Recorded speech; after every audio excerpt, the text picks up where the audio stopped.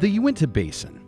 It has a rich history, full of booming success and, unfortunately, tragic loss. Abandoned ghost towns scatter the basin from Dragon, Utah on the eastern border to Bullionville in the southern Uintah Mountains. The Uintah Outlaw ATV Jamboree recently explored these places through the trails across the county. Jamboree, we have 11 trails. We've got them anywhere from up on the mountain. We've got one trail left up there that we went and did. The rest of them are ranged from around Vernal to south of Vernal, which is where we're at now on this one, which is about the furthest trail we go on out here. This is an old mining trail. This is where they mined gilsonite. This was done back in the early 1900s and late 1800s. Of course, gilsonite's still going on, but there's 4, 5 ghost towns out here that we go through.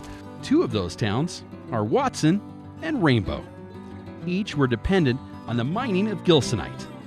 Gilsonite has a shiny obsidian look, but is soft and can be broken down and reduced to a powder. Gilsonite is still used today and has a number of commercial and industrial uses, from dyes and pigments to being used by the oil and gas industry. To support all of the mining efforts at Rainbow and Watson, each of those towns were built by the miners and their families. Schools were built, a railway ran through the town, and for a time, it seemed that these settlements would grow into thriving communities. As time moved on, it became cheaper to move the gilsonite by truck, and eventually the railway was shut down, and the town had little or nothing to offer.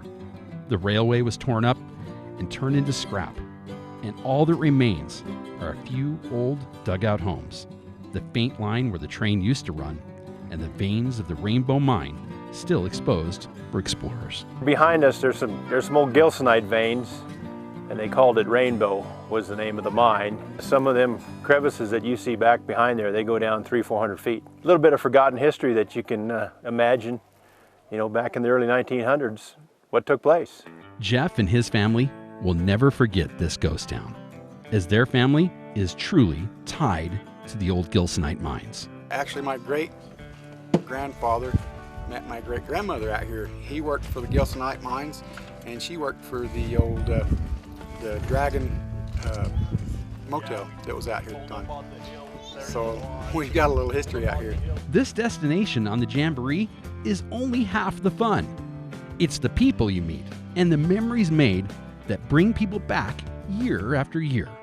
It's nice to go out with a whole bunch of different people and ride. I think it's fun. I mean, in Phoenix, we don't really go out with this many.